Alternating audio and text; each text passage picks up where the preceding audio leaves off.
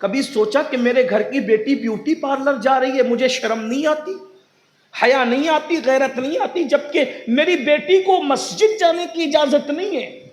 جس قوم کی بیٹی کو مسجد جانے کی اجازت نہیں، وہ قوم کی بیٹی اگر بیوٹی پارلر جا رہی ہے تو اس باپ کا کیا ہوگا قیامت میں؟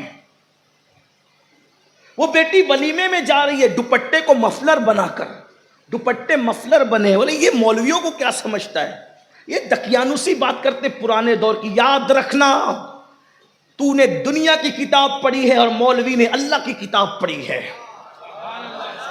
دنیا کی کتاب پڑھنے والے میں، دنیا کی کتاب میں اور اللہ کی کتاب میں جتنا فرق ہے اتنا ہی فرق تجھ میں اور مولوی کے درمیان ہے۔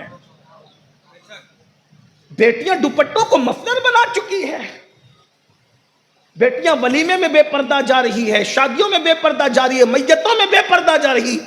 اور اب تو تماشا یہ ہے کہ عاشور کے دن سنگھار کر کے مسلمانوں کی بیٹیاں جلوسوں میں نکل رہی، سنگھار کر کے۔ جس دن شہربانوں کا سہاگ اجڑ گیا، جس دن سیدہ سکینہ کے سر سے باپ کا سایہ اٹھ گیا، جس دن عباس پاک کے غازی عباس کے بازو ختم کر دیے گئے، عباس کے بازو نکال دیے گئے، جس دن معصوم 6 مہینے کے علی اصغر کے حلق پر تیر چلا، اس دن عاشقان اہل بیت کی بیٹیاں بن سمر کر، کیا تمہارے حوصلے اور کیا تمہارا عشق نبی اور آل نبی ہے؟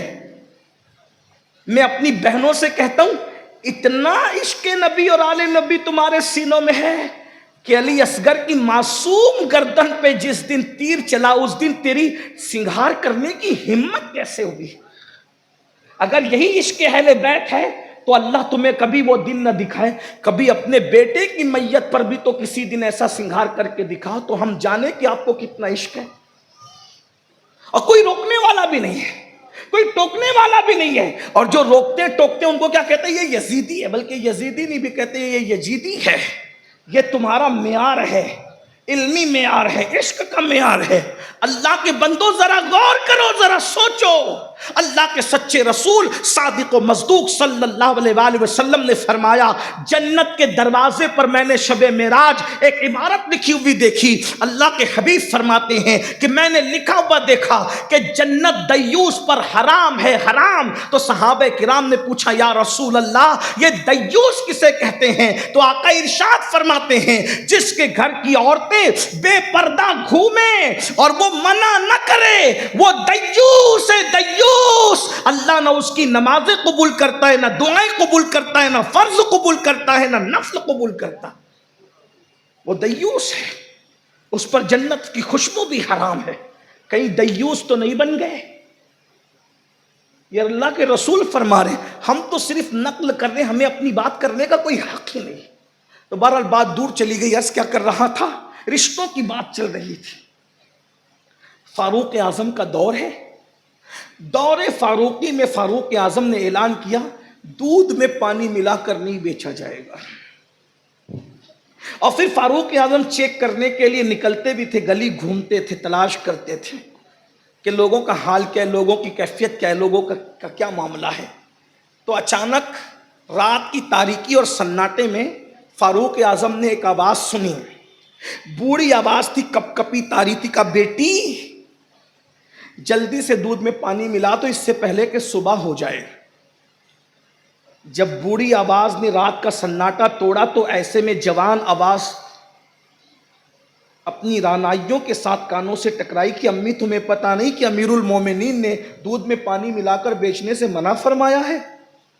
بوڑھی عورت نے کہا کہ امیر المومنین تیرا ابھی سو رہا ہوگا، اس کو اپنی خود کی خبر نہیں ہوگی، تیری کیا خبر ہے؟ امیر المومنین نہیں دیکھ رہے، ملا دے پانی۔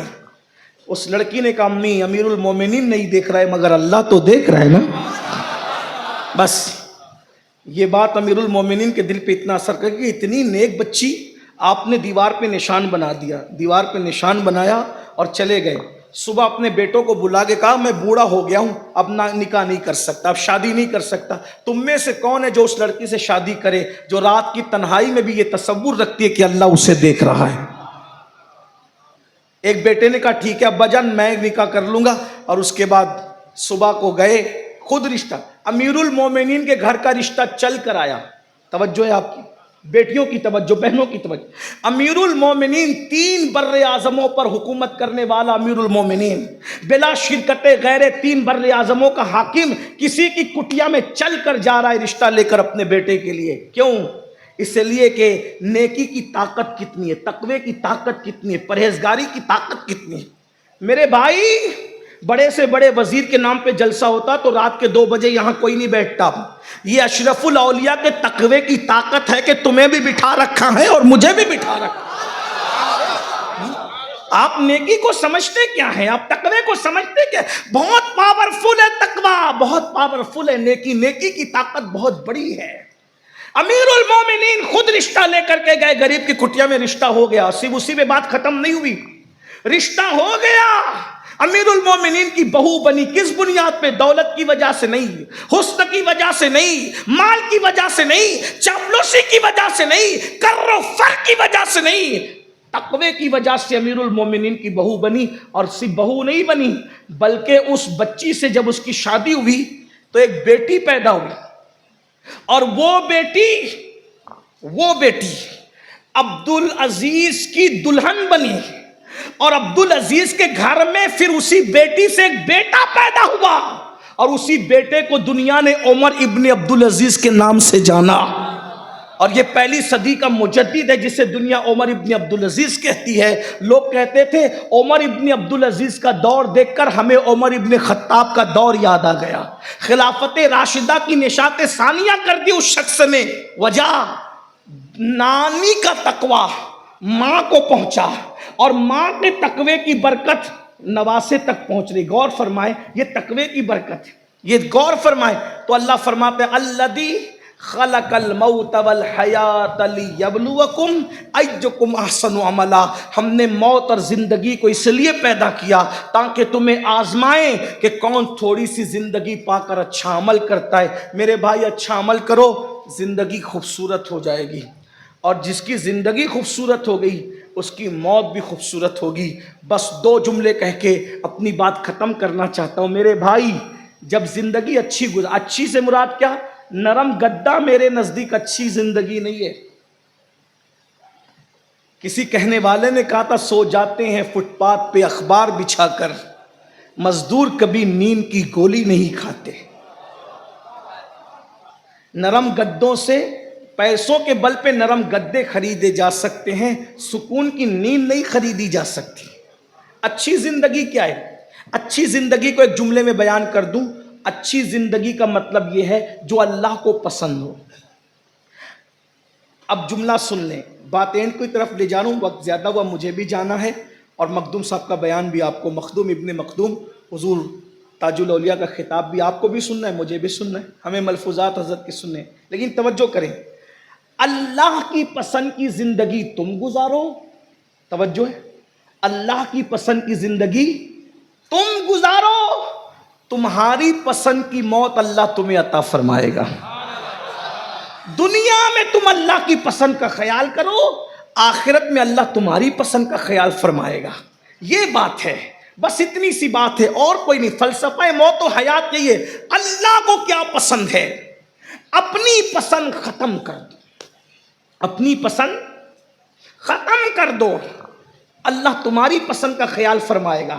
ایک مثال دوں، حالانکہ وقت زیادہ ہو گیا لیکن مثال دوں، توجہ کریں. کتنے لوگ دل میں ہے تو ہی بولنا، جھوٹ نہیں بولنا. کتنے لوگ ہیں جو مدینہ منورہ جانا چاہتے ہیں؟ سبحان اللہ، سب کو مدینہ منورہ دکھائے، بار بار دکھائے. اور اب یہ بھی صحیح بولنا، کتنے لوگ ہیں جو مدینہ چھوڑ کر آ جانا چاہتے ہیں؟ کوئی نہیں. استاد زمان مولانا حسن بریلوی نے کہا تھا مر کے جیتے ہیں جو جاتے ہیں مدینے کو حسن. مر کے جیتے ہیں جو جاتے ہیں مدینے کو حسن، جی کے مرتے ہیں جو آتے ہیں مدینہ چھوڑ کر. بھائیوں، عاشقوں کی طبیعت تو یہ ہے کہ اگر مدینہ منورہ اور جنت کو اختیار میں دے دیا جائے کہ مدینے میں رہو گے کہ جنت میں رہو گے، تو عاشق کہتا ہے جنت لے کر کیا کرو، سیر گلشن کون دیکھے دشت طیبہ چھوڑ کر، سوئے جنت کون جائے در تمہارا چھوڑ کر۔ یار کی گلی چھوڑ کے کون جنت میں جائے؟ بولو مدینے میں رہنا، مدینہ منورہ میں رہنا سب کی پسند ہے کہ نہیں ہے؟ الحمدللہ۔ بتاؤ جب میرے اور تمہارے جیسے گنہگار، سیاہکار، بدکار 1450 سال بعد کے عاشقان رسول کی پسند ہے کہاں رہنا؟ مدینہ منورہ میں رہنا، تو وہ امام حسین جو پیدا مدینہ منورہ میں ہوئے تھے، بڑے مدینہ منورہ میں ہوئے تھے، 56 سال تک مدینہ منورہ میں زندگی گزاری تھی، ماں کا خلد آشیاں روضہ کہاں ہے؟ مدینہ منورہ میں ہے۔ بڑے بھائی کہاں ہے؟ مدینہ منورہ میں ہے۔ غم گسار نانا کہاں ہے؟ مدینہ منورہ میں ہے۔ اللہ اکبر۔ دادا امیر حمزہ کہاں ہے؟ مدینہ منورہ میں ہے۔ بولو امام حسین کا سب کچھ کہاں تھا؟ مدینہ منورہ میں تھا، لیکن خود کی پسند کیا تھی؟ مدینہ میں رہنا۔ اور اللہ رسول کی پسند کیا تھی؟ مدینہ چھوڑ کر کربلا جانا۔ دیکھ رہے؟ دو پسند ہے کیا؟ اپنی پسند مدینہ منورہ میں رہنا، اور اللہ رسول کی پسند مدینہ منورہ چھوڑ کر دین بچانے کے لیے کہاں جانا؟ امام حسین کی پسند کیا؟ اگر بات سمجھ میں آ گئی تو جواب دے دے۔ امام حسین کی پسند کیا؟ مدینہ منورہ میں رہنا۔ اللہ رسول کی پسند کیا؟ دین بچانے کے لیے کہاں جانا؟ کربلا محلہ میں جانا۔ مدینہ منورہ میں ٹھنڈی ہوائیں، کربلا میں تپتی ہوئی ریت۔ مدینہ منورہ میں کندھوں پہ اٹھانے والے، کربلا میں لاش پہ گھوڑے دوڑانے والے۔ مدینہ منورہ میں ساقی کوثر، کربلا کے اندر پانی پر پیرا بٹھانے والے۔ بولو راحتیں یہاں تھی، مصیبتیں وہاں تھی، لیکن امام حسین نے بتایا سچا عاشق وہ نہیں ہوتا، وفادار وہ نہیں ہوتا جو اپنی پسند کو ترجیح دیتا ہے۔ ارے وفادار تو وہ ہوتا ہے جو اپنی پسند پر یار کی پسند کو ترجیح دیتا ہے۔ امام حسین نے کہا میری پسند ہے مدینہ منورہ میں رہنا، اللہ رسول کی پسند ہے مشن اور دین بچانے کے لیے کربلا میں جانا، میری پسند ہے راحتیں، اللہ رسول کی پسند ہے مصیبتیں، میری پسند ہے ساقی کوثر، اللہ رسول کی پسند ہے فرات کے کناروں پر پیرا بٹھانے والوں سے مقابلہ کرنا۔ امام حسین نے اپنی پسند کو قربان کر دیا تو اللہ نے انعام یہ دیا، حسین تو نے دنیا میں میری پسند پر اپنی پسند کو قربان کر دیا، میں نے جو چاہا وہ تو نے دنیا میں کیا، اب تو جو چاہے گا وہ تیرے ساتھ کیا جائے گا۔ ارے قبروں کے نشان مٹ جاتے ہیں، لیکن جب تک دنیا رہے گی تیرا گنبد و مینار چمکتا رہے گا، ہر محلے میں تیری نسلیں آباد رہے گی، ہر جگہ تیرا ذکر آباد رہے گا۔ اللہ اکبر۔ دوستوں سے بھی تیرے ڈنکے بجواؤں گا اور دشمنوں سے بھی درود ابراہیم پڑھوا کر کے تیرے ذکر کرواؤں گا۔ دیکھ رہے اللہ کی پسند کا تم دنیا میں خیال کرو، آخرت میں اللہ تمہاری پسند کا، تم جو چاہو گے وہ ہوگا، تم جو چاہو گے۔ بلکہ آپ کو بتاؤں دنیا میں چند دن رہنا ہے اور آخرت میں ہمیں اشرف العلماء نے چند دن کی، اشرف الاولیاء نے چند دن کی زندگی میں اللہ کے مشن کا خیال کیا ہے نا، دورہ کرتے رہے۔ بلکہ مجھے تو احباب نے بتایا کہ جب حضور قادری میاں مدظر اللہ العالی بوقت وصال سرہانے نہیں تھے تو یہاں کے مریدین چاہتے تھے کہ آپ کی طبیعت زیادہ موت کے قریب لگتی ہے تو آپ کے شہزادے کو بلا لیں۔ مرتے وقت تو کون نہیں چاہتا کہ بیٹا سرہانے کھڑا رہے، کون نہیں چاہتا بھائی؟ لیکن حضور اشرف الاولیاء نے کیا فرمایا؟ نہیں، وہ اللہ کے مشن پر ہے، ان کو وہیں رہنے دو۔ غور فرمائیں، توجہ فرمائیں، جس کو اپنی جان اور اولاد سے زیادہ اللہ کا مشن پیارا تھا، اور یہ جو مخدوم اشرف مشن ہے نا، یہ تو نام مخدوم اشرف کا ہے، مخدوم اشرف کا مشن خود اللہ رسول کا مشن ہے۔ اور یہاں مجھے یاد آیا اس گھرانے کی فکر اس گھرانے میں آج تک موجود ہے۔ جب حضور محدث اعظم کے چوچوی رحمت اللہ علیہ مدینہ منورہ سے نکلنے لگے تو آپ نے بھی حسینی فکر کو آواز دیتے ہوئے کہا تھا، مدینے کے کچھ کام کرنا ہے سید، مدینے کے کچھ کام کرنا ہے سید، مدینے سے میں اس لیے جا رہا ہوں، مدینے سے میں اس لیے جا رہا ہوں۔ میرے بھائیوں، تو اللہ کی پسند کی زندگی گزارو، بستر پہ لیٹو، اللہ کو یاد کرو، نرم نرم گدوں پہ زنا کی فلمیں دیکھنے کی بجائے تصور کرو کہ ایک دن مجھے قبر میں بھی لیٹنا ہے۔ فجر کی نماز میں سوتے پڑے رہتے وقت یہ بھی تصور کرو کہ مجھے قبر میں پہلی رات گزارنی ہے۔ اپنی پسند کی زندگی گزارو گے تو قبر اتنی خطرناک ہے کہ ایک ہاتھ کو دوسرا ہاتھ سجائی نہیں دے گا، اور اللہ کی پسند کی زندگی گزارو گے تو قبر اتنی خوبصورت ہے کہ جتنا مدینے جانے میں مزہ ہے اس سے زیادہ مر جانے میں مزہ ہے، کیونکہ مدینے جاؤ تو صرف گنبد نظر آتا ہے اور مر جاؤ تو گنبد والا نظر آتا ہے۔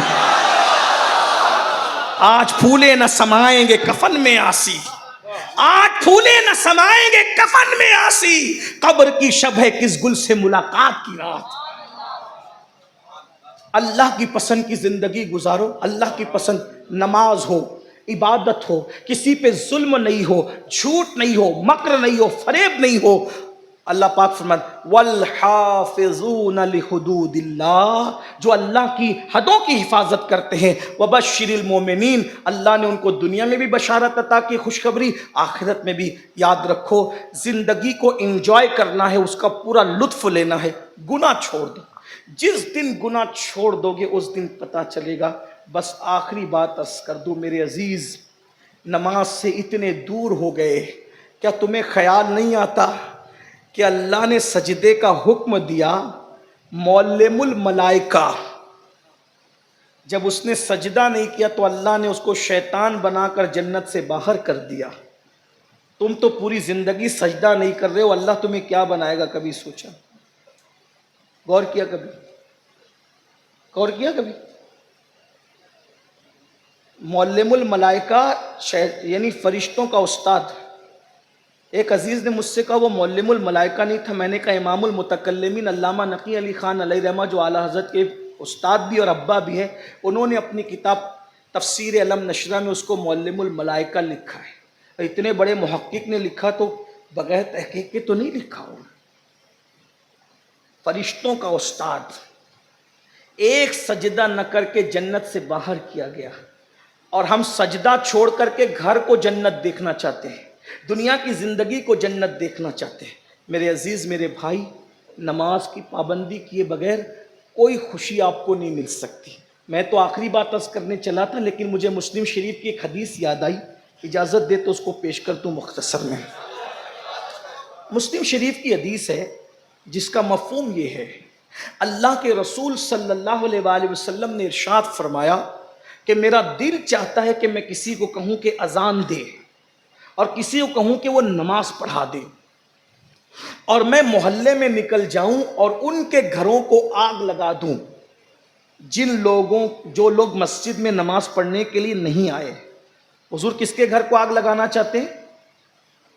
کس کے گھر کو؟ جو مسجد میں نماز پڑھنے کے لیے، بے نمازی کی بات نہیں کر رہا ہوں ابھی، آپ نے بات جواب تو صحیح دیا لیکن اس کے آگے پہنچیے۔ بے نمازی کی بات نہیں کر رہا ہوں، جو مسلمان جماعت سے نماز نہیں پڑھتے، بلا عذر شرعی جماعت چھوڑتے، حضور کہتے ہیں میں ان کے گھر کو آگ لگا دینا چاہتا ہوں۔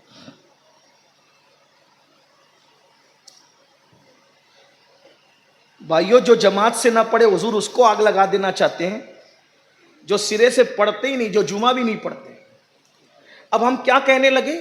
مولانا کیا نماز کی اہمیت ہے، دیکھو حضور علیہ السلام ان کے گھر کو آگ لگا دینا چاہتے ہیں جو مسجد میں نہیں آتے۔ میں نے کہا صرف یہ بات نہیں ہے، ستاروں کے آگے جہاں اور بھی ہے۔ اس حدیث کو دوسری حدیث سے سمجھو۔ ام المومنین سیدہ طیبہ طاہرہ سیدہ عائشہ صدیقہ رضی اللہ تعالیٰ عنہا فرماتی ہیں کہ میں دیکھتی ہوں، کیا دیکھتی ہوں؟ کہ اللہ اپنے محبوب کی چاہت کو پورا کرنے میں بڑی جلدی کرتا ہے. توجہ ہے. اما عائشہ پاک کیا کہہ رہی ہیں؟ میں دیکھتی ہوں کہ اللہ محبوب کی چاہت کو پورا کرنے میں، ارے محبوب کی دعا کی قبولیت تو بہت بڑی چیز ہے. محبوب دعا نہ مانگے، صرف چاہ لیں، صرف چاہ لیں، تو اللہ ان کے چاہنے پر کیا کرتا ہے؟ 4 رکعت نماز کی نیت کی، نگاہ آسمان کی طرف اٹھی، تانا دینے والے بدبخت تانا دے رہے ہیں کہ دین نیا نہ آئے ہے، پرانا قبلہ مسجد اقصی استعمال ہو رہا ہے، کاش کہ بیت المقدس کی بجائے میرے دادا کا بنایا ہوا کعبہ قبلہ ہو جائے. حضور نے کہا نہیں، چاہا. 4 رکعت اللہ نے پوری ہونے نہیں دی. گویا کہ کہا جا رہا ہے محبوب ہماری عبادت بعد میں پوری ہوگی، پہلے تیری چاہت پوری کی جائے گی. قد نرا تقلب وجهك في السماء فلنولینک قبلۃ ترضاها. لوگ کہتے ہیں نبی کے چاہنے سے کیا ہوتا ہے؟ ہم نے کہا نبی کے چاہنے سے قبلہ بدل جاتا ہے. اور کس شان سے؟ قبلۃ ترضاها. محبوب جدھر تیرا جی چاہے تو ادھر رک کر لے، ہم تیری خوشی کے لیے قبلہ بدل دیں گے. ہم تیری خوشی کے لیے فسما وجہ اللہ، ہر جگہ اس کے جلوے. اسے مشرق و مغرب سے کیا، وہ بے نیاز ہے. محبوب اسے تو تیری خوشی چاہیے، اسے تو تیری رضا چاہیے. خدا کی رضا چاہتے ہیں دو عالم، خدا چاہتا ہے رضائے محمد. اما عائشہ پاک کہہ رہی اللہ محبوب کی چاہت کو پورا کرنے میں کیا کرتا ہے؟ کیا کرتا ہے؟ جلدی کرتا. اب توجہ کرنا، نبی نے کہا نہیں، چاہا قبلہ بدل جائے. قبلہ بدلا کہ نہیں بدلا؟ بولو بھائی بدلا کہ نہیں بدلا؟ اب حضور کی اس حدیث کو سنا جو مسلم شریف میں، کیا میرا دل چاہتا ہے ان کے گھروں کو آگ لگا دوں جس گھر کے لوگ مسجد میں نماز کے لیے نہیں آتے ہوں. تو نبی نے کیا کیا؟ کیا کیا؟ چاہا. لیکن رحمت للعالمین نے چاہا، آگ نہیں لگائی. چاہا، اور نبی نے چاہا اور اللہ نے اس کو پورا کر دیا. اللہ نے لگا دیا آگ، اللہ نے آگ لگا دی. یہ جو تمہاری بستیوں پہ بلڈوزر چل رہے ہیں یہ اللہ کی لگائی ہوئی آگ ہے. یہ جو تمہارے بیٹے تم سے باغی ہو رہے ہیں یہ اللہ کی لگائی ہوئی آگ ہے. یہ جو تمہاری بیٹیوں کو رشتے نہیں آتے 30 35 سال کی عمر میں یہ اللہ کی لگائی ہوئی آگ ہے. میاں بیوی میں آپس میں پیار ختم ہو گیا یہ اللہ کی لگائی ہوئی آگ ہے. نیند کی گولیاں کھا کر بھی تمہیں سکون کی نیند نہیں آتی یہ اللہ کی لگائی ہوئی آگ ہے. اتنا کما کر بھی ہائے ہائے کرتے ہو برکت نہیں ہے اللہ کی لگائی ہوئی آگ ہے.